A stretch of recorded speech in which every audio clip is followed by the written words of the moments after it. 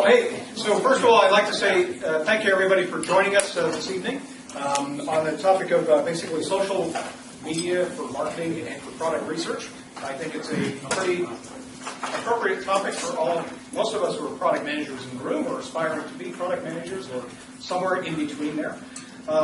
We've invited two guests all the way from Ottawa, which is fantastic, but I'll introduce them in just one second. A couple of other things I want to get to first. Remember, next month is going to be the talking about product management in the non-high-tech sector.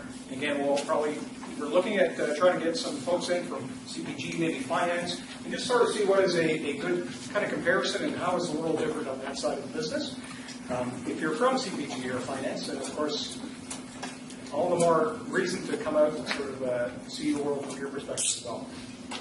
Some of the other things I do want to remind everybody, if you haven't picked up one of the TPMA Focus, this is this evening. We just published it for this quarter, so do pick one up.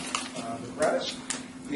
Also, I'd like to thank the sponsors, as always, for the TPMA. We really do kind of depend on them a lot. Cadesta, Mandrake, 280 Group, Zigzag, Vault, Ectron, Pragmatic, and Rima. All of them have been fabulous supporters of the TPMA for over the years. This will be the 11th year that the TPMA has been together, and I think it's been bringing good value in terms of just bringing a lot of excellent speakers to the forefront so that we can basically chat with them and kind of get some ideas about what are some of the new technologies out there, what are some of the kind of breaking theories in product management as well. Also, of course, thanks to the executive team. So I think this evening we have Aldwin, Lee, and Alan here. And Paul at the back. Thank you very much, gentlemen. Without the executive, none of this would be possible. So again, the executive is voluntary. Yes. And we're always open to any volunteers if you like to volunteer. Certainly always open to people who want to write articles. That's to get the TPMA Focus up. So again, if you want to write an article, please grab my card and come and see me. And at the end of the meeting also, I'd like to remind everybody, please do fill out one of the seminar feedback forms. So this, I think, is on most people's seats. If you do have to leave early, please just fill one out, drop it off at the front, at the desk at the back. That'd be awesome. And again, with that, I will ask both Paul Dombrowski, who's the CEO and founder of Idea Vibes, all the way up from Ottawa, and also Anastasia Valentine. Valentine or Valentine? Valentine, excellent. Who's the CEO of Sandbox PM, to come up and lead us through what I know is going to be a fascinating discussion. Well, thank you so very much for having us.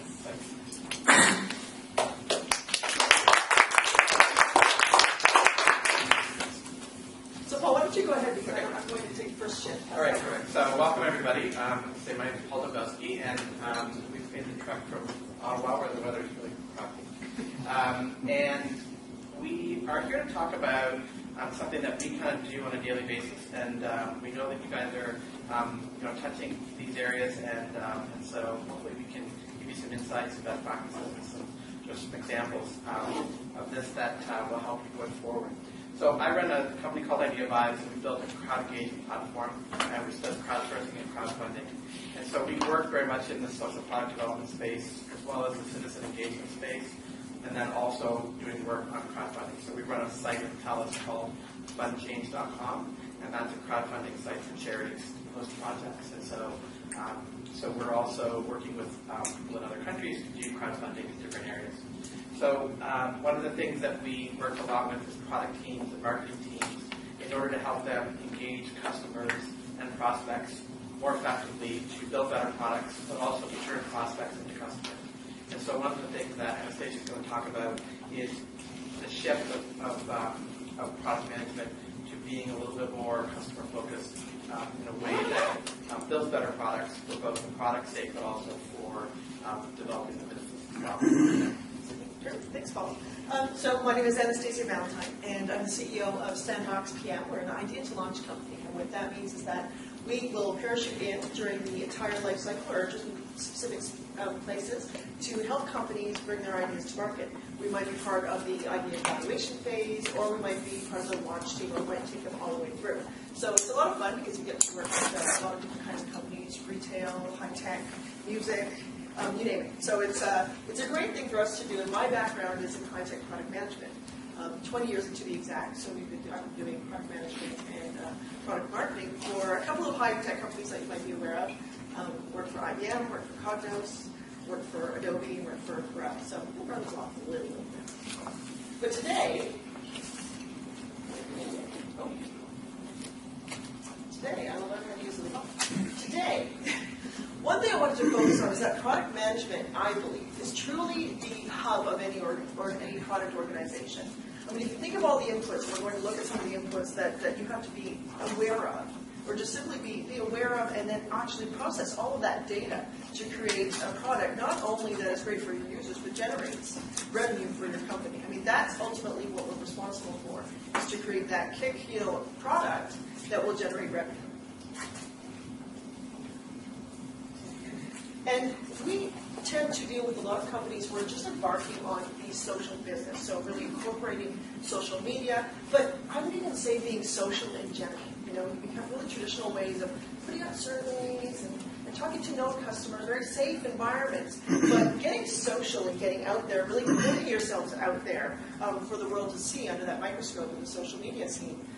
Is something that's really new to a lot of organizations. And some of them come to me and they'll say, you know, we tried Twitter, we're out there, and no one comes. You know, no one's following us. And it's like having a party, going there and not inviting anybody, not engaging anyone, not telling anyone what's going on, and expecting everyone to show up and figure it out. So one of the things that we try to do is to get them a little bit sociable so that they can use social media and have that social business. And some of the ways that they need to do that is by being more visible. So that's having that presence. That's just the starting point, just the tip of the iceberg. Being accessible. So having someone there to manage those communications. It's not all outbound. You're not just, it's not the splat approach saying, here's information. It's really a dialogue. You're really actually creating relationships when you're on these social media platforms. You got to be mobile, because I don't know about you, but I'm addicted to mobile devices. I have quite a few of them.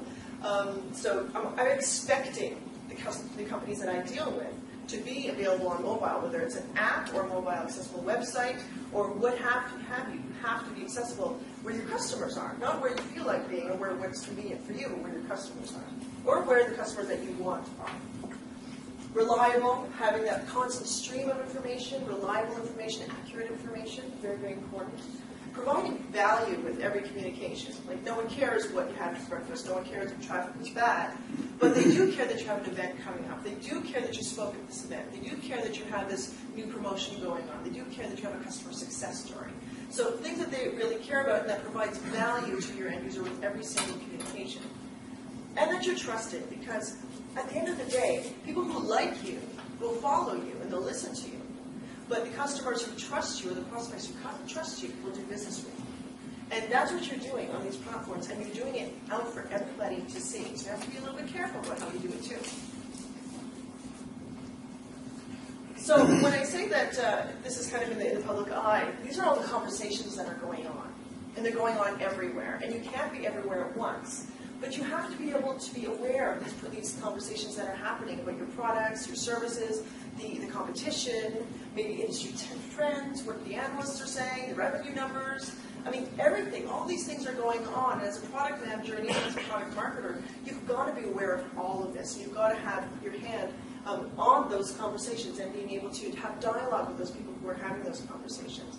So okay to purge and listen, but it's also very important to show that you're a player, show that you have visibility, show that you have knowledge, you're a thought leader, by also having those conversations wherever they're taking place. So I'm totally dating myself here, but this is how we used to do things. We had product management, we had surveys, we had beta programs, usability tests, and we dealt with our known customers. And this was pretty safe, pretty interesting to do. And it was easy. Oh my gosh, it was easy. But now when we're dealing with companies, I mean, we're dealing with this. And this isn't even an exhaustive list. This is, from a marketing standpoint, this is what you have to do to reach out to your customers and where you need to be. You have to have, your events, your virtual, your physical events. You've got to engage with influencers, which is kind of a new paradigm for the social media space, because influencers are absolutely key to gaining that trust and getting your message out too. I won't go into all of these, but you have that marketing hat on, even if you're just a product manager, or if you have that combined role. You know that these are all the things and even more that you have to leverage to get your information out there and to develop those relationships. Now, from a product manager, we're coming into the fold. So this is where all these inputs that you have to be aware of. And something that is really hard to keep track of, but again, being that hub of information, that hub of responsibility for that product that you have to deliver for your organization, that has to generate revenue. And just a quick question, how many product managers here are measured on revenue? See, that's great, because we don't actually see that very often. So with this kind of information, we're able to create that revenue-generating product, not only that is influenced from the inside, but also influenced from all of these different places. So here are some things that we can do from a product management perspective to get those conversations going. And some of the things that we need to do on a regular basis, because we all have products, maybe we're using an agile method, so we're always delivering, we're always in that constant cycle of delivery and envisioning and creating requirements and use cases and user stories to make a better product all the time.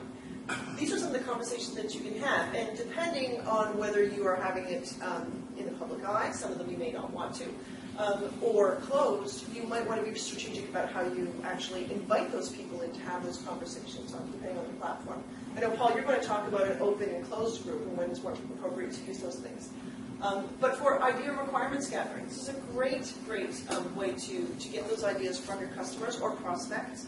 I know that you have some really great examples that you're going to show later from a crowdsourcing perspective, how this is being done. And again, it's being done in the public eye, so we're not hoarding those ideas and hoarding that information anymore. We're not protecting it as much. IP is important, but we're not necessarily keeping those ideas so under wraps and in stealth mode anymore.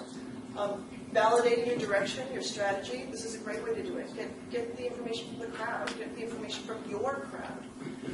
Persona development, beta recruitment, all of these things are things that can be done with social media and various platforms. Again, depending on your comfort level and even what your company policies are, you may or may want to have maybe a vetted group or an open group, depending on how you work things in your organization. It's very different depending on the type of organization you're in. So, anyone pragmatic marketing alumni? Yes. I love pragmatic marketing. I also love agile, and I also love ISO. So I don't know if that's kind of a conflict completely. But pragmatic marketing, they say the outside-in approach really increases the success of your product, and that's absolutely true. And we know there's politics within an organization. We know there's a ton of influence within the walls of a company. But at the same time, we need to balance that with all of those factors that are outside of an organization. And even fight for that as product managers, because you are going to be steered in different directions. You are going to be steered towards specific goals. But if you can validate it with outside data and outside information, you can sometimes steer your product in the way it's supposed to go. So I would not tell you to totally buck the trend or go up against your leadership. But if you've got the data to back you up, absolutely prove that an outside-in focus is much better than an inside-out focus. So here's how you get social. The thing about social media is that it's, like I said, in the public eye. There's everybody out there from, my son, who's a 23-year-old college guy, to, me, who's really interested in very specific things. You don't necessarily want that college guy. You want a very targeted crowd. So what you want to do is attract the right crowd, because your mom told you not to be in the wrong crowd. Not a very good thing. So by attracting like-minded or the absolute targeted people that you need for your product development and creating your product moving forward is the way to go in any social media platform. And that includes things that are as big as Twitter and any other social media platform that's out there.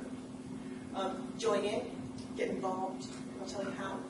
Listen and observe, and this is the way you get so many details. And you can get details from a trend perspective, from a competitive perspective, and I'll talk about competition too, because you get so much CI, competitive intelligence, from social media as well. You'd be amazed at what's out there. It's not coming from the companies, it's coming from the people who use the products. And that's usually more reliable than some of the information that you're going to get. You're going to attract and engage, because again, you can't just be there and hope that people come. You have to be engaging in like values. And then you rinse and repeat. It's a constant circle, because these people are coming up all over the place. People are just adopting social media. Maybe they've been there for a while. They'll also come and go, unfollow. It's just the way it is. So by having this constant stream, you're able to constantly engage and constantly get that information. information. So let's talk about targeting too, because you know if you're a product manager or even in product marketing, from a marketing perspective, you're looking at the buyer persona, you're looking at the user persona. From a product management perspective, again, you're looking at those use cases, those use stories. So you've already done a lot of the targeting that you need. But then you have to expand that a little bit more, because there's a lot of information outside of just your target user and your target buyer. Influencers. I can't stress enough how important it is to get influencers on side. Whether you're just listening to them, or most importantly, if you can get them engaged and actually becoming your advocate, that is absolutely key. And I'll talk about those in a minute. Like-minded individuals from a product management discipline perspective. Follow other product managers from other organizations. Learn a little bit about what they're doing, and then incorporate that into your strategy as well. Also, follow like-minded people in your space, even if they're competitors. It's absolutely essential to be able to have that kind of exposure to additional people outside of your office, outside of your walls. So if you know pragmatic marketing, you know nothing important happens in the office. And that's kind of true. You've got to get out there. And out there could be, doesn't necessarily mean you're on location. It just means you're available and you're present. Customers, prospects, clearly follow those. Partners of your competitors, follow those, listen to them. And then how, it's easy. You profile them, just like you would when you're doing your normal product management or product marketing efforts. If you create personas, if you create use cases, all of that information will come out in the wash. And then you can also find out who are your competitors listening to, who are they following. All of that is available. You can find it really, really easily. So see what kind of profile they're going after, who's interacting with them, who's engaging with them, and maybe refine that as you go. You might actually uncover that you have another user that you didn't know you had, or another target market that you can actually target for your product. And then research. Find out where these people live. Where do they go? Why do they go there? How often do they go there? And that will also determine your investment in time in these social media platforms. So, social media influencer. If I'm using Twitter as an example, just because everyone seems to understand Twitter, someone who has maybe 20,000 followers, someone who is trusted in your space, someone that people listen to, that they share information from. These are the types of people that you need to engage. And these could be analysts, they could be press, they could be people who are just really knowledgeable about the field. They could be academics. They could be, maybe social celebrities. It doesn't matter. These are the people that you need to get on side. And engaging with them directly, not in a smarmy way, but in a way that you're providing value, maybe thanking them for providing value. Maybe inviting them to speak at one of your events, or just come, or spread the word. I mean, that in itself is incredibly valuable. They're heavily engaged with their audience. You'll see that they're talking to them all the time. They're having a dialogue, even if it's only 140 characters or less. They're still maintaining that dialogue with them, and they're reliable. What they say they're going to do, they do. You know that they're going to be online every weekday, maybe on the weekends. You never know, but you know it's going to have that constant stream of information. And then they're always having their own information that they're providing shared by their following. So you know that if something is really interesting to them, people will automatically say, oh, interesting to the influencer? Okay, I must share it because it must be important. Might not be. But it's still getting spread around. But most importantly, they're trusted by your target. So going back to that target and that profiling of your ideal customer and your ideal prospect and your ideal partner. So if they're trusted by your targets, they're the people that you need. Then join them. All that. Go all there. And we know we can't. We can't go there. We can't do all of this. One person, 2 people, 10 people cannot go on every single platform that is listed here and manage the situation, and manage the social media, manage the communications, not in an effective way, not if you want to mislead, not if you want to be, good at your job. And that's okay, because you don't want to do that. So what you need to do is find out where your crowd goes. Where are they going? Are they spending time on Twitter at all? Some of them don't. Some of your target audiences might not. Are they on Google? Are they on Google Plus? Do they say, what's a Google Plus? What's a Hangout? I don't know what that is. They know. So really take your cookies and really determine where you're going to spend them, because you have a very finite period of time during a day, and even if you do overtime, you're still not going to be able to do that, plus your job, because you're also a product manager. Okay, you also are responsible for bringing that product to market. So engaging is very important. And I'm just giving you like a whole new job that can be a full-time job, really. So getting social and incorporating the social practice into your product management strategy is going to be a lot of work, but ultimately it will be better for your product. See where your competitors are going and what they're saying there. Don't necessarily mimic them, but let's find out what's going on. Are they actually getting any traction, or are they just making noise? Because there are a lot of people that do that in social media, and you'll find that that's very easy to ignore after a while. You can identify it very quickly and just pretend it doesn't happen. But most importantly, really focus. Pick top 3. Don't do any more than that. There's no point until you can actually justify growing your team to do more. But if you pick the top 3, you'll be able to engage at a level. And then you'll get to the point where you have that level of following and that level of trust and those relationships where you're not going out after your people. They're actually coming to you. They're following where you go. And that's where you are actually becoming an influencer in your own space. So that's when you know you've hit the tipping point. When people start listening to you and actually going where you go. So listen and observe. There's so much information that you get just by listening to a conversation. And people, I don't know why, they just don't realize that they're actually having conversations in public that they might not, maybe shouldn't have.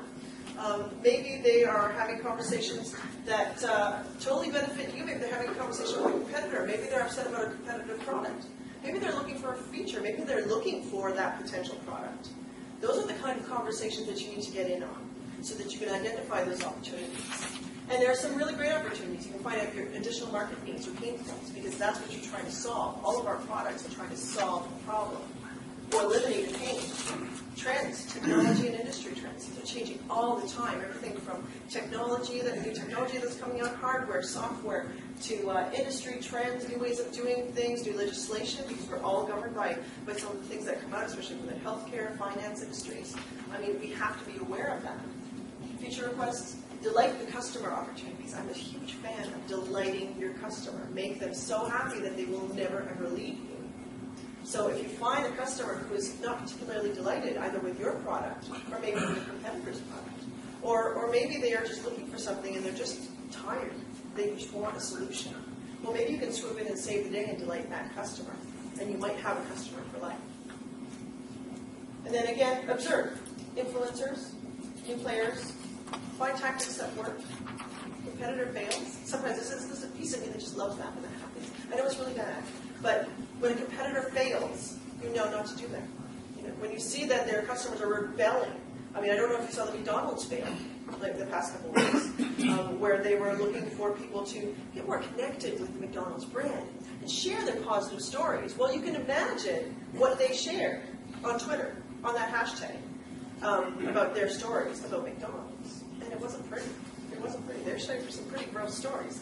And that took over their marketing strategy, and that was a major fail because for about 2 weeks, that was in the media. That all these terrible stories that came out of this brand that everybody knows and some of us love. So be very aware that, again, if you do something and it's still very public, you're going to have failures. That's okay. Just don't make them as big as McDonald's. That's okay. So some of the most popular listening posts, and I'm just going to choose the more popular social media platforms. There are so many out there, and the important thing, again, is to go where your customers are going to start with. Then you can bring them to where you are. But to start, to go where they're going. So what I would do is definitely go to Twitter, for sure. Follow all of those targets, so those competitors, your partners, your competitors' partners, your customers, you name it, follow them all. Monitor the hashtags, and especially, let's say you're going to competitors, following competitors, their events. Find out exactly what's going on at all of their events, even the stuff that they're not supposed to say, because other people are tweeting it and they're sharing that information. So there's a lot of information that you can find by just monitoring some industry or competitive or product name hashtags. LinkedIn. This is probably the highest qualified professional group of people that you can tap into. And you don't tap into them by connecting with people you don't know. You tap into them by joining all the groups and the conversations that are going on because they are rich, they are filled with information. In fact, for all of our events that we do virtually and in person, we always post them in LinkedIn events, and we get so much conversion. And when you're doing a virtual event, you can sometimes think that maybe 50% is okay. we are probably looking at 80 to 90% of the people who are coming if we exclusively focus on LinkedIn. Because they're already pre-qualified, they're already interested in that subject matter, or they're already in that industry, and half your legwork is done. So definitely take a look at LinkedIn as a way to connect with and expand your base. And then attract and engage. And this is the system that you need to do, and it's daily. So again, yeah, I'm adding a whole bunch of work to your existing job, which you probably don't need, but it will end up with a better product at the end. That's what you're going to end up with. That's what your company's going to end up with. So ask meaningful questions, and these are thought-provoking questions. Some that are meant to spark dialogue, maybe debate. And positive debate is not bad. You're going to get so much information when you spark you're kind of a positive instigator. And you get that conversation going, and then maybe you offer a solution too at the end. Maybe you've been kind of calculated about it, and that's okay too. But also be genuine and ask meaningful questions that you need to know the answers to do your job. Answer those relevant, and especially the high visibility questions. Make sure you have the right answer, because again, it's highly visible. But if you do that, you're demonstrating thought leadership. You're not only demonstrating thought leadership from an individual perspective, yes, that person's very knowledgeable, but that company has very knowledgeable people. It will reflect on the reputation of the company and the product and the brand. So definitely answer some of those high visibility questions. Provide meaningful information. This could be statistics, it could be industry trends, it could be legislation that just came out, changes that you're seeing. Sharing that information, very, very important to do to get that kind of trust. Declare a call to action. What do you want people to do today? Do you want them to try something? Do you want them to give you information? Do you want them to sign up? Do you want them to attend? Do you want them to buy? Do you want them to try? What do you want them to do? And ask them to do it on a daily basis. You can ask the same thing every couple of days. That's okay. Maybe you want them to attend a webinar. But make sure that you have a call to action daily. And follow up and follow through. I mean, that's kind of a no-brainer. You have to do that to develop trust and invite people to participate, invite people into the conversation. And then do all of this at different times a day so that you're getting different people, because not everybody is on at the same time. Your customers are not necessarily on when you are. Schedule it so that you're not, refresh. And then you can actually do the other job that you have. That's important. But then also be available to engage with people who are now listening to you, to the point where they're going to trust you, to the point where they're going to do business with you. Please be socially responsible, because you are representing your company. And some companies will have policies that you cannot actually go out and be the spokesperson for your product. And that's understandable. But most companies will actually empower the product marketer or the product manager to get the information that they need through whatever channels that they need to make that product the best product for the company. So the way you do that is find the right person in the social role. Some of us have developers that we might not put in front of customers. It doesn't always happen. Sometimes we have great developers who might do it. But make sure that you have the right person in the role who is excited about it. They're interested. They're engaging. Maybe provide some clear rules of engagement. And I'm not talking about a huge handbook on how to use social media and how to behave on social media platforms, because we're all professionals. We should know how to behave. But if your company has specific things that you don't talk about, that you don't address, that you refer to certain individuals, let's say numbers. Product managers shouldn't talk about upcoming revenue numbers, for example. Should never talk about legal issues, ever. There are things, pricing, don't talk about pricing, unless you're with a salesperson. There are things that you might not want to discuss on social media, so have some of those clear rules of engagement. And then trust your people. Trust your people. I mean, companies have such a fear of social media because it's in the public eye. But if you have that trust in your people, and you have that they're empowered to make those decisions, because you're dealing with the time of now. Social media is now. It's not what they said yesterday. It's what, oh my God, they said that right now. And then it's forward, and then it's shared, and then it's responded to, and then it snowballs. So empowering a person to respond and trust them to say the right things within these rules of engagement is the ideal thing to do, as opposed to keeping them behind walls. And keep it simple. Don't make it complicated. It's not complicated. It doesn't have to be complicated. So here's some ways that you can measure ROI. And I've probably taken the easiest way to measure ROI in anything. But for social media product management, I would measure your followers, the number. This is all of your followers. But the most important number is your ideal follower. So it's the people who match your targets. This is going to take a little bit of legwork on your part. But if you are looking to qualified followers who like you, who are following you, they're in their circles, whatever platform you're on, then you know that you're dealing with the right people. Your influencers. How many influencers do you have in the space? How many of those people are engaged with you? Your reach. How many people are actually sharing the information that you're giving? How many people are engaging with you? Are you actually maybe having reach, or are you making noise? Because there's a big difference. If nobody's doing anything with you or sharing your information, you're making noise. Conversions. What are you getting out of it? Are you getting feature requests? Are you getting use cases? Are you getting the information you need to do your job? Or are you just playing in social media? Because we can do that all day, and then it will be a black hole of money for the company. It's a loss for the company if you're not doing anything that's feeding your job. So what kind of conversions and how are you measuring them? So it could be from a marketing perspective, signups, transactions, revenue, attendance. From a product management perspective, we're talking feature requests, ideas, use cases. I wish I had this. So that's how you measure those. So you take those. And you have what you need to do is actually attach a value to those. You have to attach value because numbers don't lie. I'll tell you about that in a second. But don't think about it too much. Keep it simple. So create your campaign. Okay? Create your objectives. Create some educated measures of ROI. I'm expecting to have at least 10 new feature requirements by the end of the week. I want at least 50 qualified customers or prospects following me and sharing my information, dialoguing with me. Let the campaign run. Just go. Just go and make it happen. Because you don't know what you don't know. So try it. Give it a try. Because only then you can measure your ROI, and then you can course correct and refine. You can't be expected to do it perfect first time because you're not out there in social media, you don't have that following, you don't know what they expect. And measure well and measure often. And I am huge about being ruthless. If something isn't working after 2 weeks, if you don't have that level of engagement, if you've got nothing, after 2 weeks, kill it. Get rid of it. Because it is a black hole that is costing your company money. Okay? And your time is money.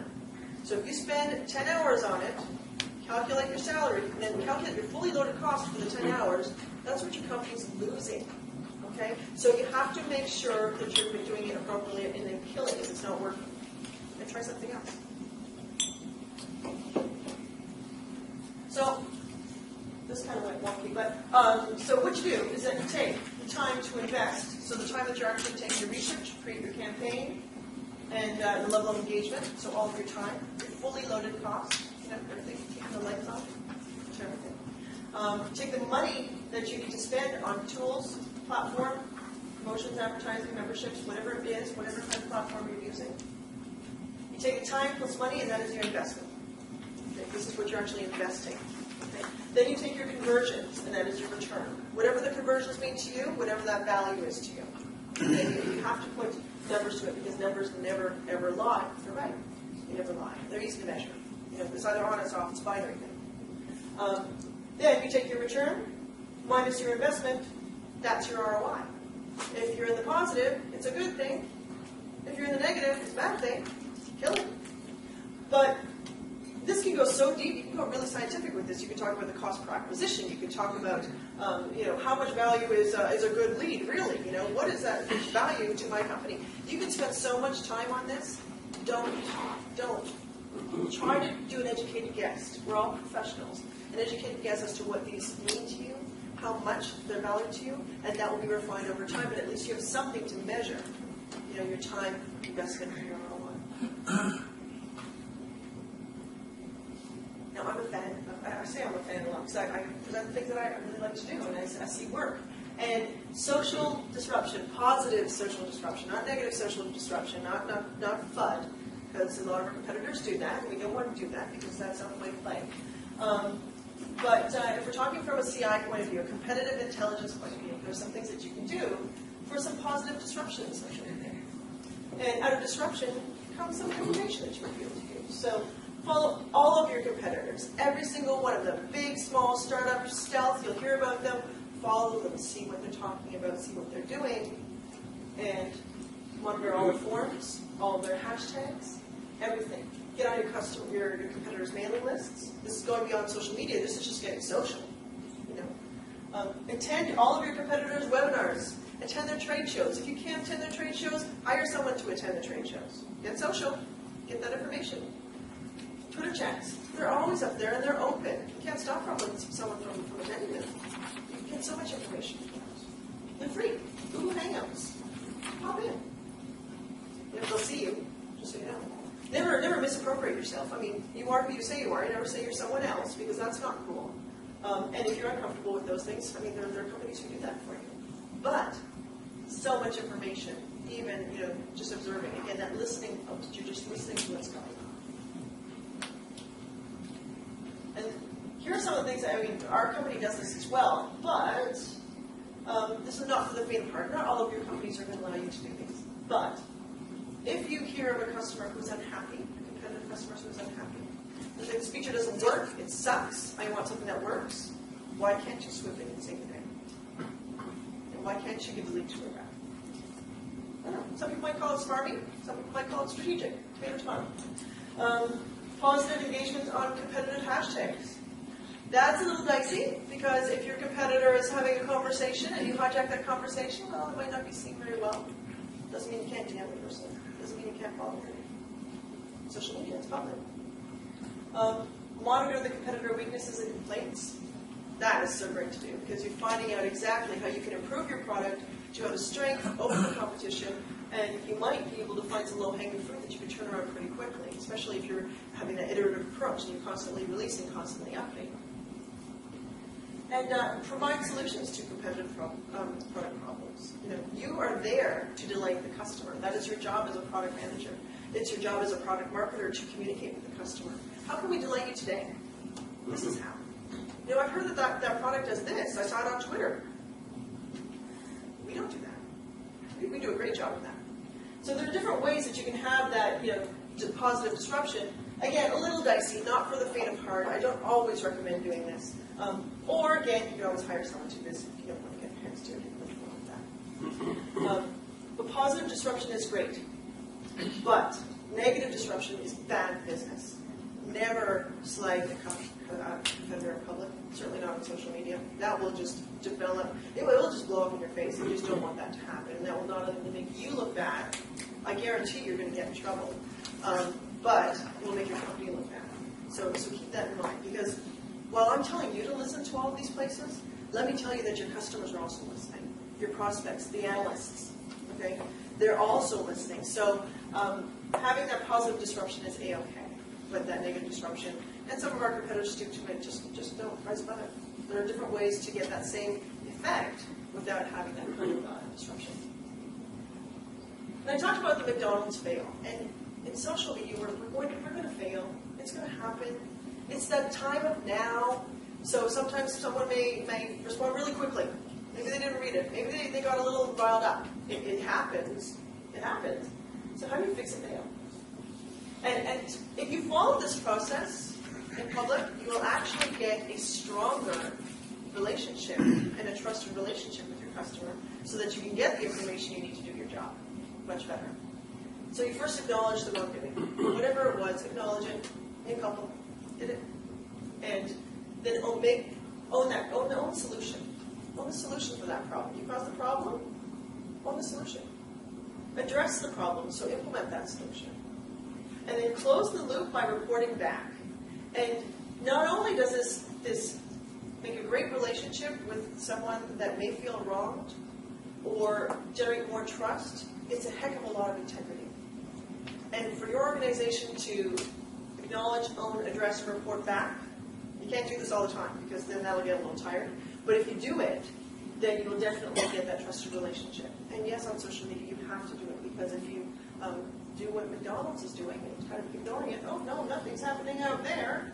No one had a fingernail in their burger. Didn't happen. You know, That kind of information will just grow like wildfire. I mean, just Google it afterwards. You're going to find all kinds of information. And McDonald's was saying, oh, we didn't know that was going to happen. So, own the solution, not just the problem.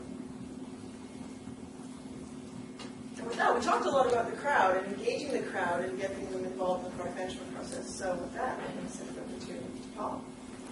Does anyone have any questions for Anthony? Just feel like kick off.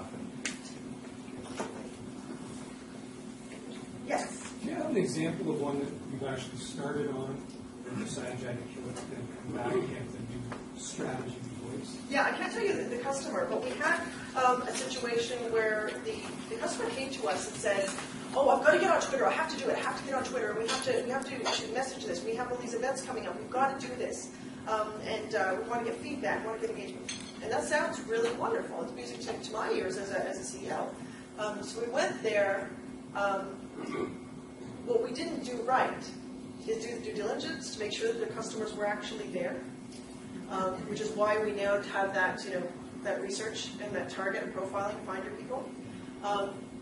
And we spent a lot of time on the communication strategy. We spent a lot of time on the landing pages because, yeah, you could drive traffic, but once they get there, they've got to stay there. It's going to be sticky. They want to convert. So we spent an awful lot of time with that, but nobody was coming. Nobody was listening. Their customers weren't there. It was the holiday period. This was a retail product, and they thought Twitter was the answer to drive sales for this branded product. It wasn't. It wasn't. So we killed it. We killed it. And then what we did is that we took the rest of the budget, because there was some left over because we killed it quick. We took 2 weeks, then that's it. We're not getting anybody. We've got 50 followers. This is ridiculous. And then what we did, we actually turned it into a Google ad campaign. And then that drove conversion. That drove sales. So being really, really honest when something isn't working, and then actually find different ways to reach. And then that's when we put a lot of time into, what are these people searching for? When they go to your site, what keywords are they using? When they go to your site, what are they asking you in the forums? Okay, those are the things that they're going to be searching for with Google. And then those are the ads that we're going to create for you. And those converted like crazy. So that worked pretty well.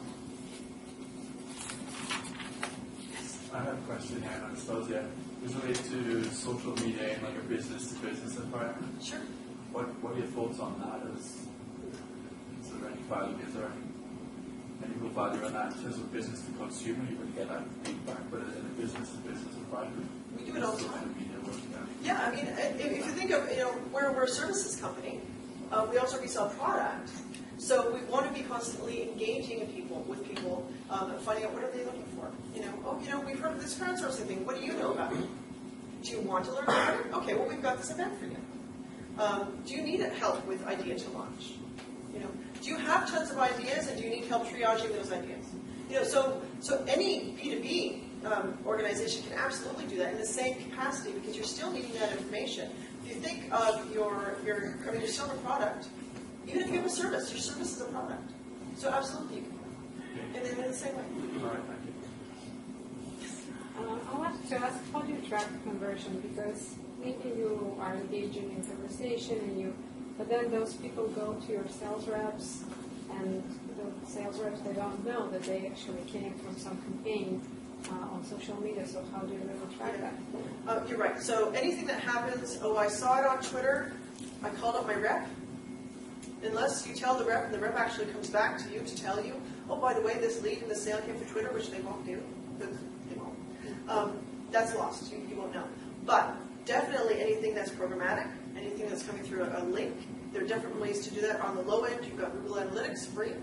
You can actually see exactly what's coming through, where it's coming from, how often it's coming from, what do they do. Another product that we're using is Omniture. It's really awesome for tracking everything that people do, from filling out a form to clicking on a button to going to a page. Are they going through the page flow that we want them to go through? Are they actually doing that? You can even put it in a product. It's just a cookie that you're actually tracking people. So if you have an online product, you can do that too. How are you using the product? That'll give you tons of information as well. Also the social media business. Absolutely. There's a few of them out there now getting more sophisticated. I think they were pretty fast at getting that full listing tool side of things. So Swix is one or Model Up. It's a pretty good tool for listing on those conversations that are happening. And those will But actually it's help. tough to do the connection. Yeah. It's not on Twitter and then I bought your product, but you can start to correlate stuff. Yeah, and some of those tools will actually help you identify influencers, help you profile people, and get kind of. But you're right. That other loop you probably can't track. So by having your call to action be very specific and drive them to a very specific place, and having that place to be very relevant, so you keep them there and get them to do that, what you ask them to do is very important. So you acknowledged a couple of times that product managers are really, really busy, right? Like always. But what I got from your presentation is make some time for this.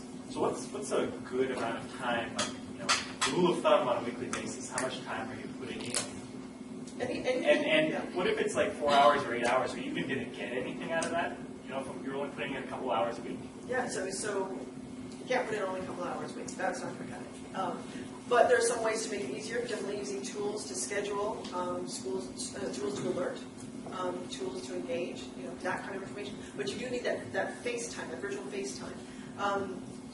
I would throw the numbers. Start with 10%. Your management is going to say, "Bull crap! You're not spending 10% of your time on social media." It's just like what they said to us when we were saying, well, Google spends 10% on innovation, just playing and innovating, prototyping. And they said, yeah, right. So I think part of it is that you're going to have to be pretty strategic about it, show some wins first, and then you'll be able to justify the time. I know that's a little underhanded, but like anything new, it's going to be hard to justify the time. And some of the ways to do that is to do it outside of hours. I don't want to recommend it because I'm not a fan of huge overtime, but that's one way to do it. But say that, yeah, we're going to spend half an hour a day engaging with my customer. And these are the results that I'm hoping for. And these are why I think I'm going to get them. And I think that's a good way to start. We've had that conversation too, but where does that sit? Like, product really should have that budget, right? As opposed to marketing. You know, because product really is the listing of the product for the company. For that, why don't they have the budget? So there's see some companies that will share it, some companies that will fight for it, depending on the industry.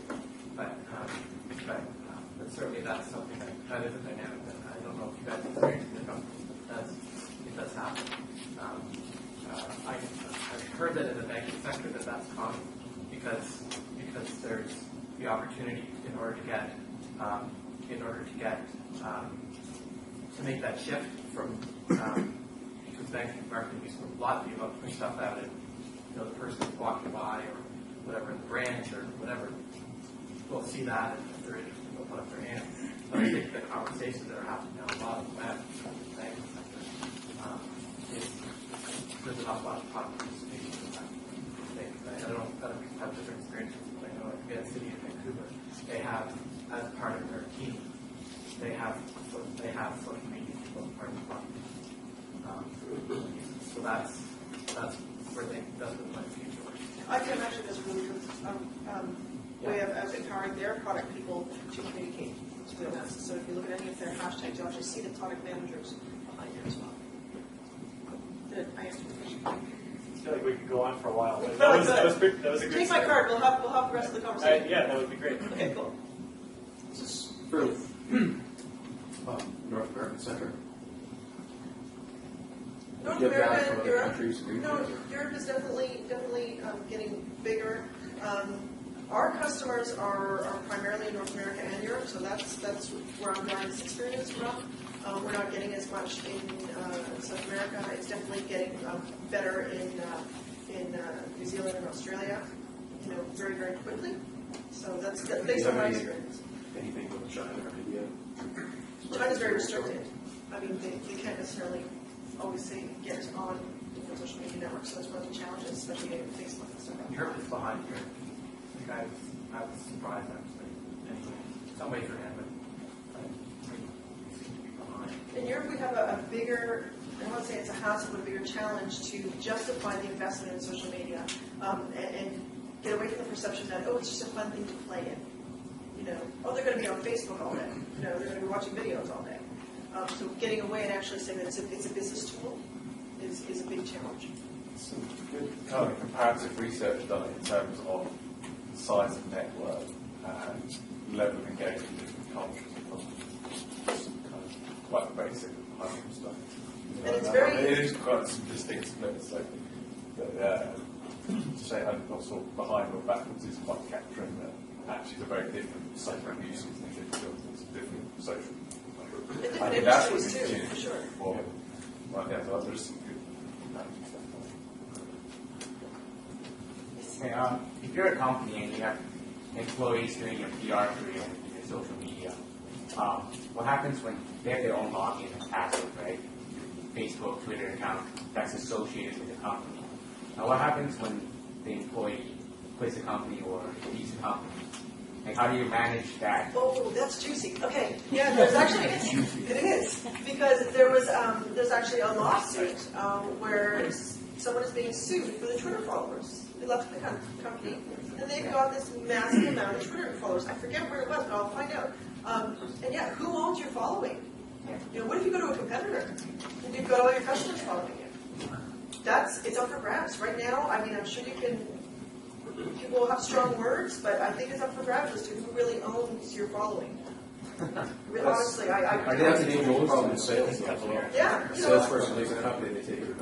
Just for the first time, product people are having much more direct engagement with customers. Putting in business. Yeah, but yeah, so again, technology companies having using a product person at really the forefront and face of a particular product, and then having them have their own Twitter handle is bad practice. Like it's got to be the company, and they'll resist it because they're trying to build their personal brand. Yeah. And so, yeah, that's. And at the same time, I think that's very appropriate. So you might be Anastasia Valentine Sandbox or ABB SB, Sandbox. It's not going to be ABB, where, quite honestly, when I'm on Twitter, I'll say whatever the heck I want, as me. But when we do our communications for Sandbox, I might not be as controversial. Okay, but if I had an ad SB, I might be more party line, more company messaging. So maybe that's one way to do it, is to actually say your policy is not to use personal Twitter accounts, but, and you put this in your HR agreement. You have all these social media accounts that are branded. They are ours, period.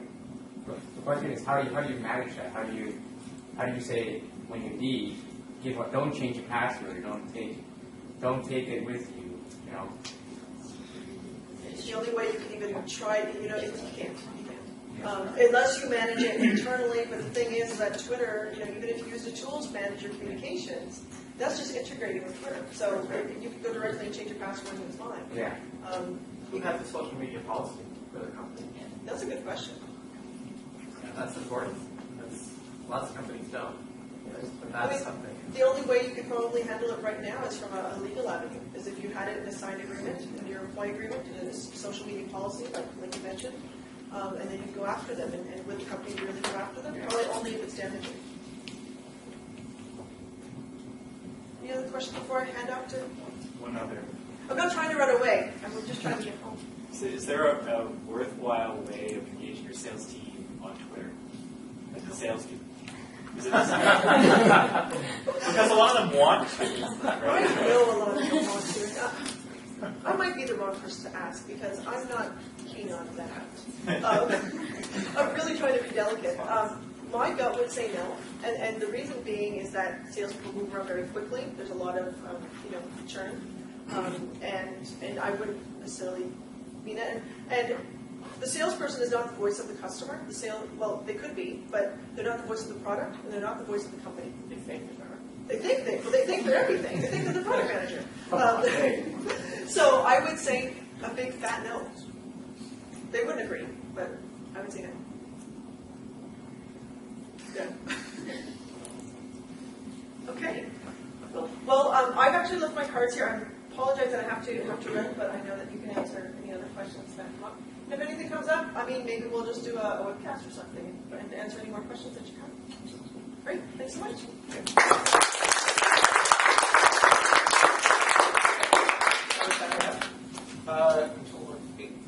Okay. So one of the things that Anastasia does have going on is a 10-day 10-day product launch strategy. Product strategy. Yeah. And so it's pretty cool, actually. So if you get a chance to go to our site and ask your questions, you can check it out, and it's got some sort of interesting best practices and stuff like that you can take a look at. And so I know that if we kind of follow it through, we're a startup, so we don't have to pay for it, but we've kind of got to. It's free, you don't have to pay. So it's anyways, it's something that's worthwhile. So one of the themes that Anastasia talked about is engagement, right? And so this idea around getting more and more juicy conversations happening, but also getting input from your customers. Now, do you think your customers want that? Again, do they really care?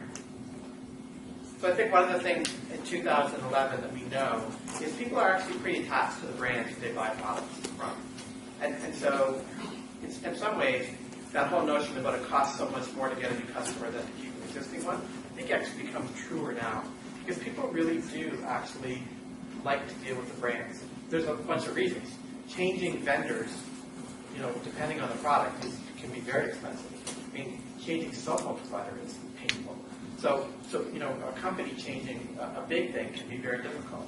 The other part of that is the ability for companies to maintain that notion that a complaint is a gift. So giving the opportunity for customers to say their piece, and as Anastasia said, making them into real fans of your organization is something that is a real tenor of a company that's doing well in the space.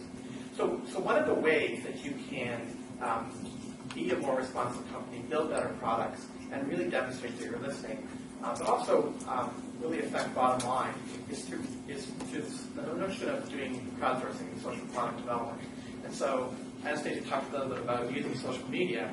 And so one of the ways you can use social media is through crowdsourcing. So this opportunity to get a group of people engaged, help you build better products, help you solve problems, and help you engage with them in a way that gives them the opportunity to give you information that is very valuable. So surveys do that too. But surveys tend to be quite linear. People, the response rate on surveys is getting lower and lower all the time. It's getting more and more difficult for people to actually effectively use surveys because of the time that's involved. And I think also people don't feel that the amount of participation that they can give is sometimes worth their time. But crowdsourcing is something that they really can actually, if they're a fan, or if they're not, they can actually get their head around. And so we'll look at some examples of where companies are in fact using the crowd of not just their customers, but also their prospects in order to solve problems and build better products. So we have this definition, open or closed community. So you can have a crowd that is just your 475 customers. That could be your crowd. You could go to that crowd and get things from them. Or it can be wide open. So there's some benefits to that and some challenges to that. More and more, though, organizations have a difficult time engaging with their communities to strengthen their relationship, right? People, like you guys, are time-starved, and so it's harder to get their attention. So you have to do it in a way that they really feel that they're getting something out of it. It really does have to be a two-way street.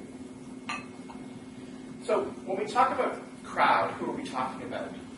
So we've got, in every company, we've got internal experts, we've got customers and prospects. And we have this new group. We call them, and some people call them emergent experts. So who engages with people that are what we consider emergent experts? So online community, product advocates. Does anybody have that kind of experience in the work they do? Do they have people that are always talking about particular things? They seem to be innovators. People seem to follow them, but they're not being paid by anybody, and they're really just a customer. Some software companies have that. They have people that know how to use Adobe Photoshop better than anybody else in the world. They write their own plugins. They're like amazing. So that's really, we call them an emergent expert. They're somebody who really value because they're kind of at the forefront of a lot of things, and they're also a great group of people to engage about new product features and new ideas. Because sometimes they've actually tried it themselves, or they've come up with ways to do things, and they'd love for you to actually build a proper thing on that product to be able to do it. So emergent experts are also a great target because what they'll do is they'll help you set the tone sometimes for change. So if that group of people really want you to move to away from Flash or whatever it is, like they're a good tenant to sort of look at and see what they're doing. So part of that listening thing that's going on. So And I think one of the things Anastasia said is there's lots of conversations going on out there about your brand that you don't even know about that it's important for you to start listening to. So does your brand matter? So certainly from the perspective of crowdsourcing and going out to the crowd and getting engagement, getting ideas, there's this element of trust, right? So people have to feel that their time isn't being wasted. So having a brand that demonstrates that is important. Transparency definitely fosters participation. So if you're an organization that does a really good job of listening and then acting, and people see that, that creates more conversation and more engagement. Just like city governments. City of London did a great crowdsourcing campaign a number of years ago, and they didn't like the answers, and they shelved it. And it took like 9 months for a reporter to ask the question after they saw a budget line and said $2.7 million or pounds spent on this crowdsourcing campaign, and they go, well, wait a minute, we didn't see the results of this. And so then they had a bit of a problem because they had to then explain why they didn't talk about it. The reason was because they didn't get the results they wanted. This is the wrong way to approach it. So understanding your brand and bringing them onto new products, that kind of thing, is something that the crowd can do a good job because it can help you. Because what it does is it gives you ways to solve some of these problems. Okay. What's the appeal of crowdsourcing? So when I use crowdsourcing, we're also talking about social product engagement, social product development. There's lots of terms that are used for the same thing. It surfaces new perspectives, right? And so you've kind of got the people that you know. One of the great things about crowdsourcing is the ideas from the fringe to the edge. It's just like citizen engagement. So one of the problems with traditional methods of citizen engagement were town hall meetings. The people who are really competent speakers, English is a strong language for them. Sometimes, and I live in a city where it's the worst, because I live in a city full of professional communicators, lobbyists, and everything. So going to a town hall meeting there is intimidating for mere mortals. So, people get up with speaking notes. They have people actually, I know someone who does this in town hall meetings. They actually have a spotter to look at the facial expressions of the people in the audience and in front, and they use cues. Like, it's scary. So non-traditional sources. Ideas from the fringe are a great way to beat your competitive situation. To beat your competitive, because listening to these ideas from the fringe can be really valuable.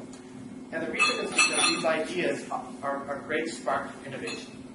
Because there are people who have ideas that are ahead of you, and the opportunity to listen to them and have the crowd listen to them and go, wow, that would be amazing to have. It may be unrealistic to do, but it could be something that you could possibly do. It infuses energy into the process of generating ideas. So if your crowd, if your customers and your prospects are actually jazzed about the opportunity to talk about new things for your product or things they hate about your product and how they can improve, they'll get more involved. And they'll get more involved because the opportunity to do that is something that we see more and more. And we're busy, but one of the tenets of the millennials is their willingness to actually participate in a way that improves their lives. Well, how does that happen? Because they improve the products that interact with them on a daily basis. So you're starting to see more and more, especially with younger kids, the opportunity to interact with guest genes as a way to come up with, new ways of doing things is actually positively benefiting those brands. And we're seeing that more and more, especially with younger people, because they want to participate. And it could be just through Twitter. It could be through a platform or something. It could be through Facebook, whatever it is. But that opportunity to hear those conversations that are happening is a really beneficial way in order to build products that are keeping ahead of where your market's going. As Anastasia said, right, that listening gives you the opportunity if your competitors aren't in order to be ahead of them. So technology can enable participation by the disenfranchised. So we did a campaign in San Francisco. It was a citizen engagement one. It doesn't work the same. It's not with a product, but we actually consciously went to the libraries and asked them to put this campaign on their computers. And we went to the shelters and asked them to put it on the screens of their computers. Because we knew, for one thing, that homeless youth tend to use the libraries to keep in touch with their families. So that's a program in San Francisco has consciously made it available for kids to be able to do that. Because if they have that available to them, they'll use it. And so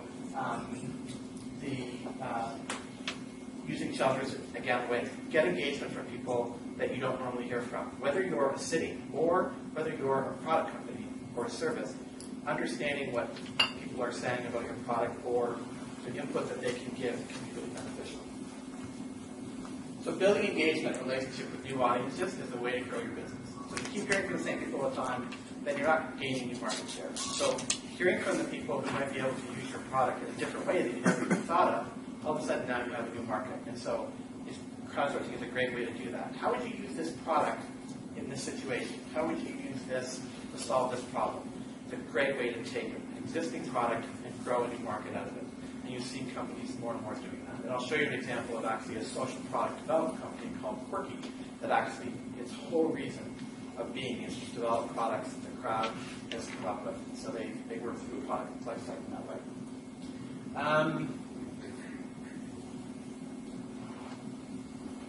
So pros and cons. So like everything, there's pros and cons.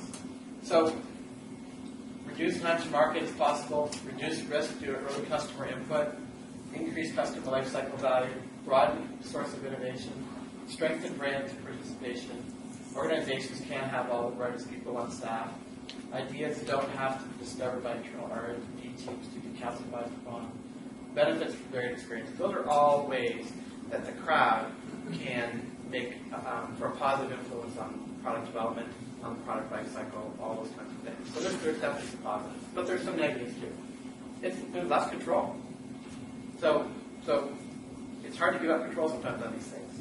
The other thing is that trust in an organization is hard to get. So if you're an organization that's very inwardly looking all the time, to be the person that says we should do some crowdsourcing, it's like sometimes that's like a dangerous thing to say, because people really do believe that they have all the answers inside, and there's a job security part to that. There's an ego side to that.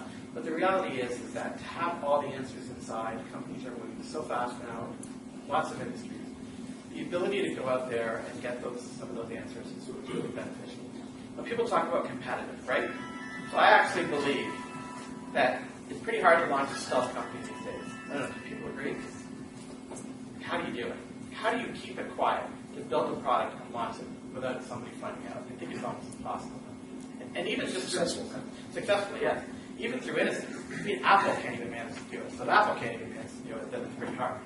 So I think that given that, ideas really don't mean anything if you don't have the ability to capitalize them. And it's your interpretation of that idea.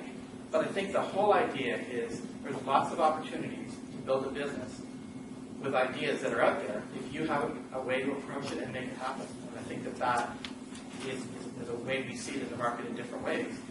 We see companies doing things slightly different, and that means Porter Airlines is a great example. I mean, it's an airplane, it takes you places, but they do things a little differently with their product, and they package it in a different way that means that aligns with some people's desire to purchase that product or to use that service. Paul, yeah, I have a question for you. Recalling back in the summer, we had a conversation about closed crowdsourcing versus open crowdsourcing. I think Communispace is an example of a company that does closed crowdsourcing. Your company does open.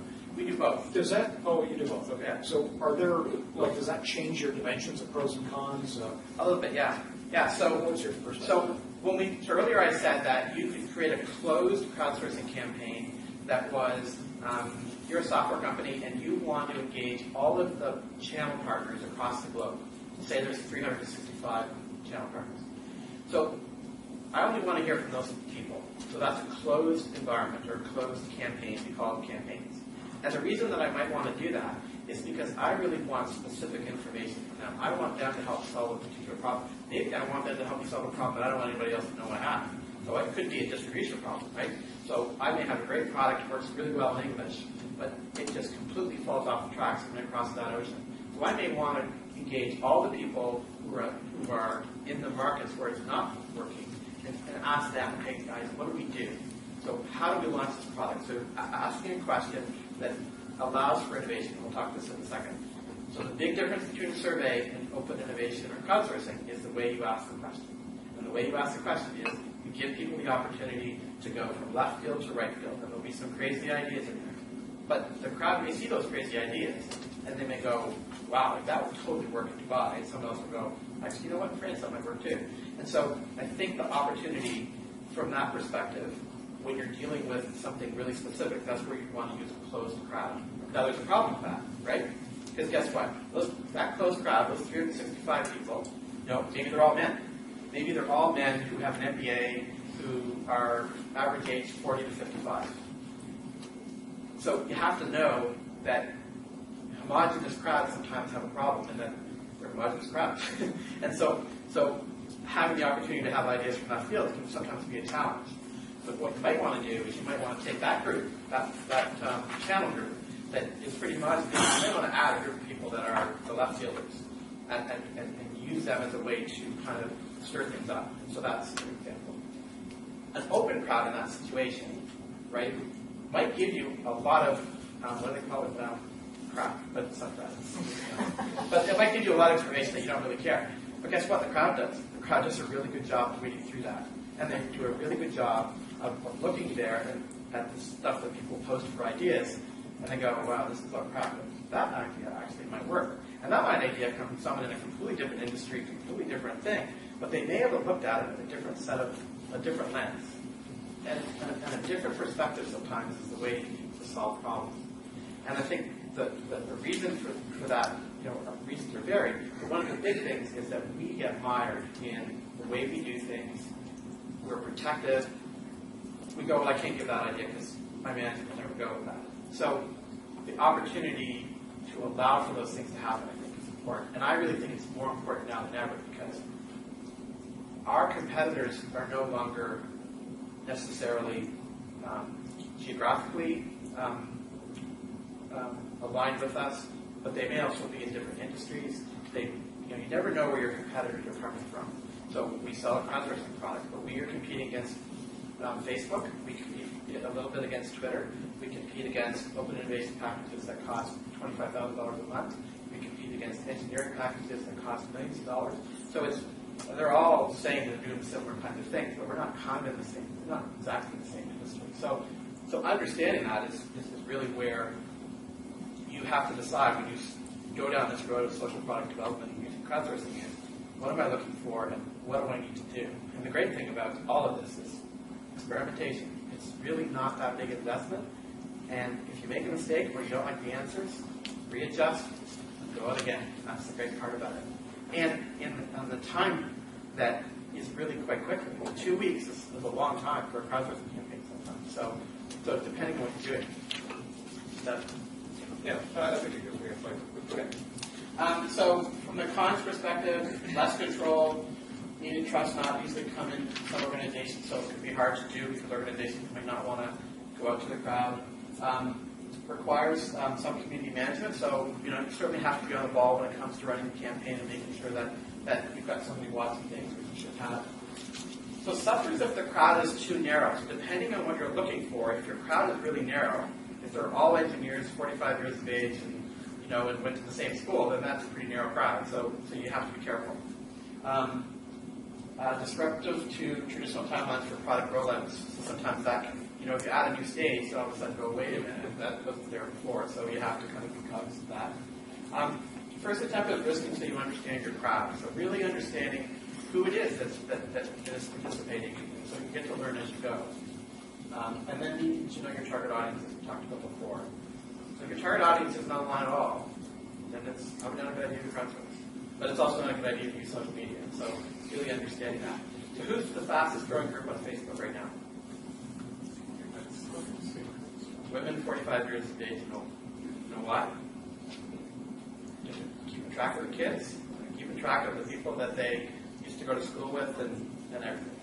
They are not only the fastest growing group, they are the most influential group because they have lots of money to spend, and they also have innate need to be social. And so, because we're doing less things in person, women tend to want to do things, like they're looking for ways to do things with groups of people that they used to be aligned with, whether it's people they went to school with, whatever. So Facebook, they look at the advertising that's happening, especially women, we look at the stuff, it's targeted. And it's really become quite a big growth area for their perspective. Okay, so here's an example. Innovation from the crowd, Dell. So IdeaStorm is using a product that Salesforce had bought a number of years ago. There's only a few customers for it, but it was created to give direct voice to Dell's customers and an avenue to have online brainstorming sessions to allow them to share ideas and collaborate with one another. In almost 3 years, IdeaStorm has crossed the 10,000 idea mark and implemented nearly 400 ideas. How much did those 400 ideas cost? Nothing. Well, I mean, other the than investment is. Yeah, exactly. But that's what idea one cost, $399 to do the customers. And the person's time to sit there and go through all this, all the ideas. Yeah, now there's lots of automation, and so certainly the crowd helps you determine what's a good idea and what's a crap idea. But at the end of the day, they're using it as a way to figure out what products does the market want. Right? And so that's not new. Right? You guys at Procter have been listening to customers for a long time. This is things that each. Quirky. So Quirky.com is a social product development site. Its whole reason for being is to bring products to market. The crowd, the market has said they're willing to buy, and they'll help them refine the product. So their process is people submit an idea, it faces a jury, it's evaluated, then it goes into the next stage if it is sort of up or down, yes or no, and then it goes through the development cycle. They determine whether in fact you can build a product that the market will pay for, that can be made for that price, and then it's pre-sold. So the people who participated in the crowdsourcing campaign actually become the first market for it, and they get a discount, and then it's manufactured and buy. Yeah. Are there people that actually would volunteer their skills to help make it? In this particular case, people will give input into how it can be made, and that is done in 2 steps. One is done through the jury, which the jury is actually guys that do extruding plastics and guys that do all kinds of different stuff, so they're part of that. So they may look at something and go, great idea, $400 a piece to build, you're going to sell it for $99, it can't be made. So they go through that part of the process. But they may pose the question and say, we think this is a great idea, we don't know how to build this for less than, or sell it for more than the cost of production. Does anybody have any ideas? And so their crowd, in that case, you can choose, I think, if it's open or closed. And so your relationship with Quirky as the inventor is based on a number of those questions that are asked. So then they use those answers to determine the relationship, like what percentage you get, how involved are they. And so some people come here, there's a bit of a problem because some people leave companies and then come here with product ideas, so there's a bit of a challenge with that. But they're doing a pretty good job of using the jury to read those out. So they want to see your CV. So they want to know what companies you work for, and they want to make sure that there's no conflict there. But yeah, so their success is actually pretty good. They've come out with some pretty good products that have become mainstream products. So the very first iPad, for iPad 1, the very first cover that Belkin made came through this process. Belkin saw it and they actually produced it in Germany. I don't know, screwed up with that.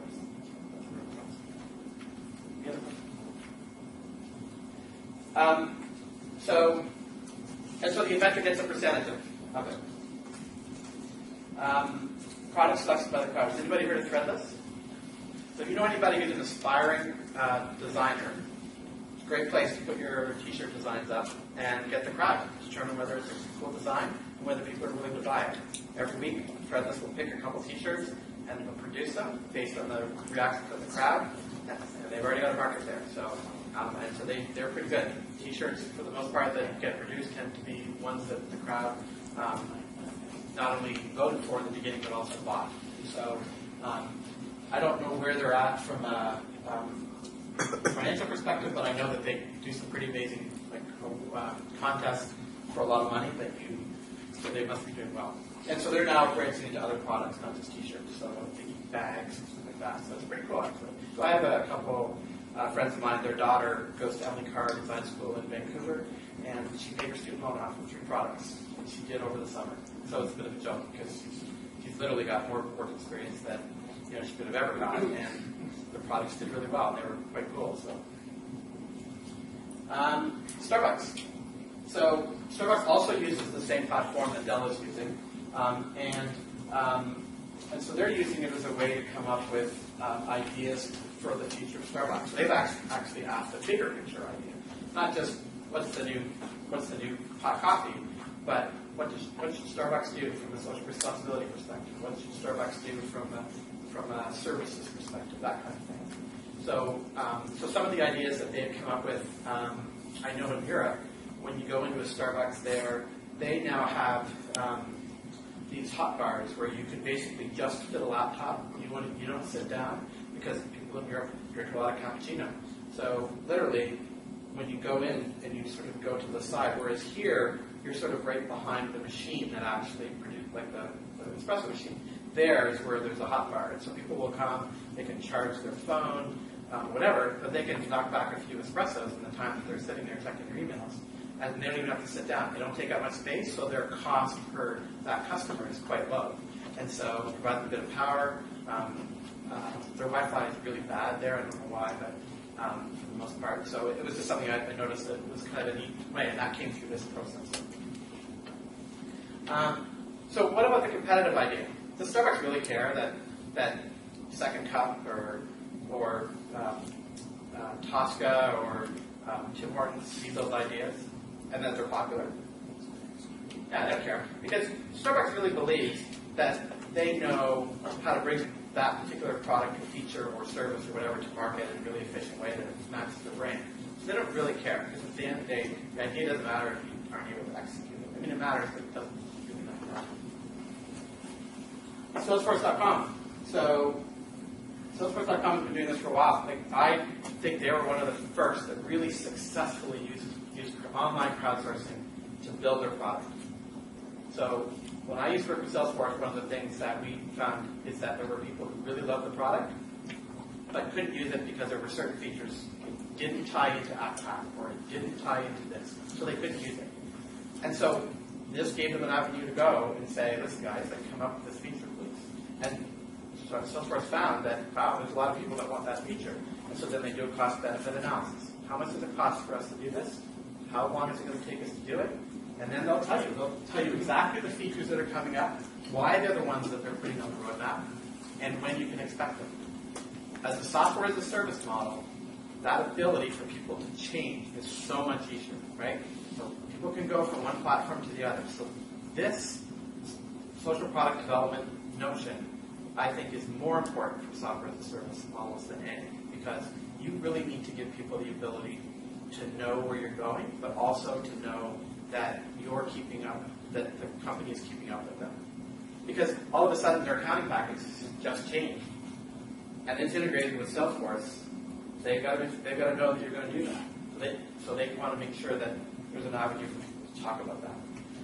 When Salesforce came out with this mobility strategy, which was pretty early on, they did a horrible job of it. Like it was just dismal. So people weren't even using it.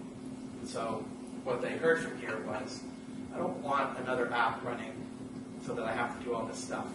I want it to be integrated. I want it to be I want one contact address book on my iPhone. I want on my BlackBerry. I don't want there to be two.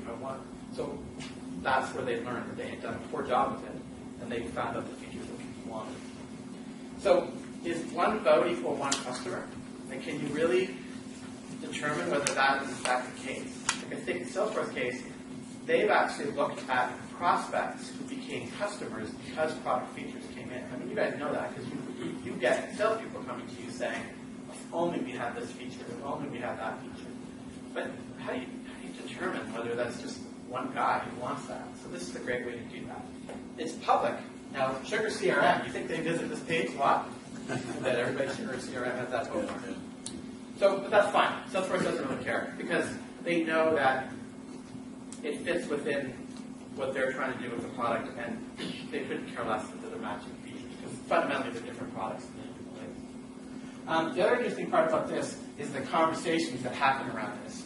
So someone posts an idea, but then someone else posts a comment and said, yeah, that would be really cool, but we should do it this way. And so what actually we're finding is that people, because there are many Salesforce people who are very technical in their abilities. When I worked there, I was a business analyst, but I'm a marketing guy and a business process guy. But I worked with people who were doing the same job that could have gone at night and done the programming to bring that feature out the next day. Like they were that skilled. So it's interesting that they're actually getting. So then they become debates. And so no, you should do it this way. No, you should do it that way. It's kind of funny, actually. You know? So if you're on the other side, you're talking about Salesforce, they go, don't tell us how to do our job. We don't have to do that. Just tell us what the feature is. So there's a bit of an animosity there sometimes. But the reality is that it gives them the ability to learn where the product should go. Now, is that your whole product roadmap? Because customers don't know what they don't know. Right? They don't know that the next thing that they want is the ability to beam contacts between your smartphone and someone else's smartphone right into Salesforce.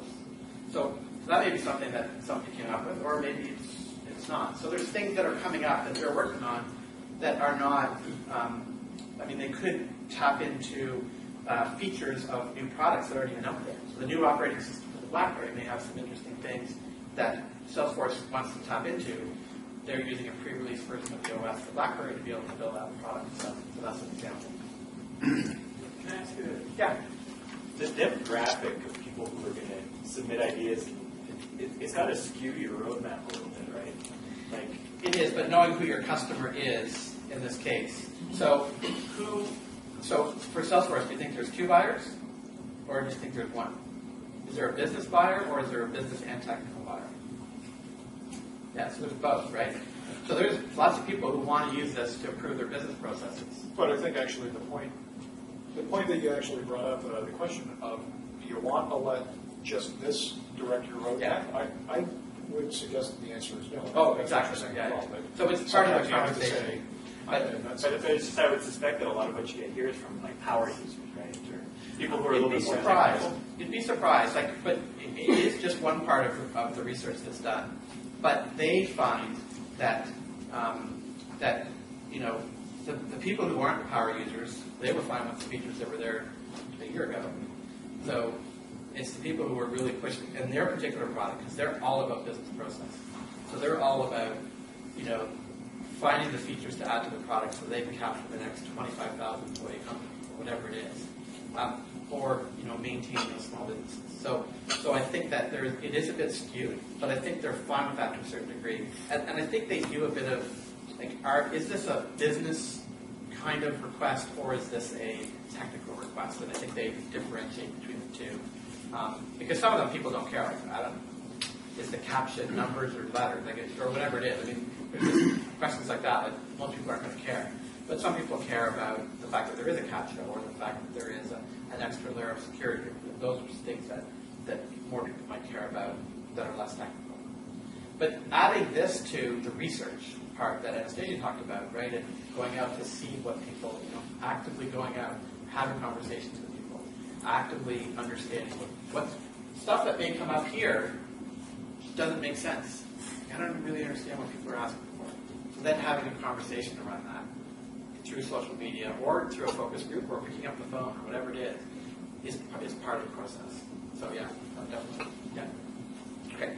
So another example. So that was sorry. So best practices. Clear strategy for using crowdsourcing. So make sure that in your disclaimer you tell people that you're not sending them a check for that idea that they gave you, to improve the product. And for the most part, people understand that they really do want to participate. They want to participate in the brands that they like if they want those brands to be successful. That is consistent.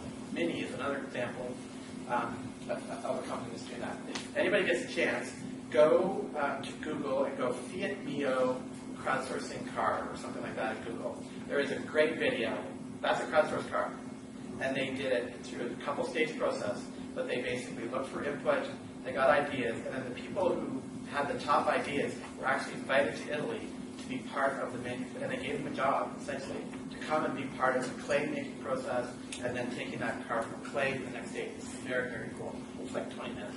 But it's a very cool video. I don't think I have the link here, but if you Google it, you'll find it. Build trust. Be open in your communications about the crowd's role in the process. Do what you say you're going to do. So don't tell people that you're going to build products based on their input and then never do it because you'll pay the consequences. Always be expanding your crowd. So make sure that you're using social media, as we said, and inviting people to come in. But also always refining your crowd, making sure that you've got the right people there.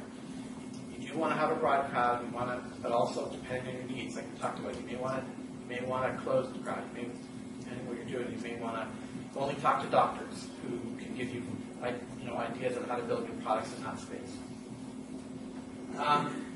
Build a social product strategy. So certainly understanding how this takes a role in your overall product strategy. Capitalizing on customer input. Develop a culture of collaboration within your organization with customers. Implement the right social technology to get the job done. Communicate results and intentions in the open as possible. Let conversations happen in the open. Be proud and friendly on an ongoing basis.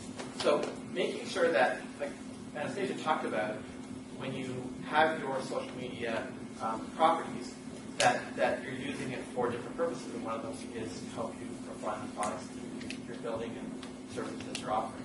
And so making sure you're engaging them in a way that makes that happen. So we have a platform, if anybody's interested in taking a look at, that is easy to implement. We're kind of sitting in the middle between some of the high-end stuff and then ad hoc social media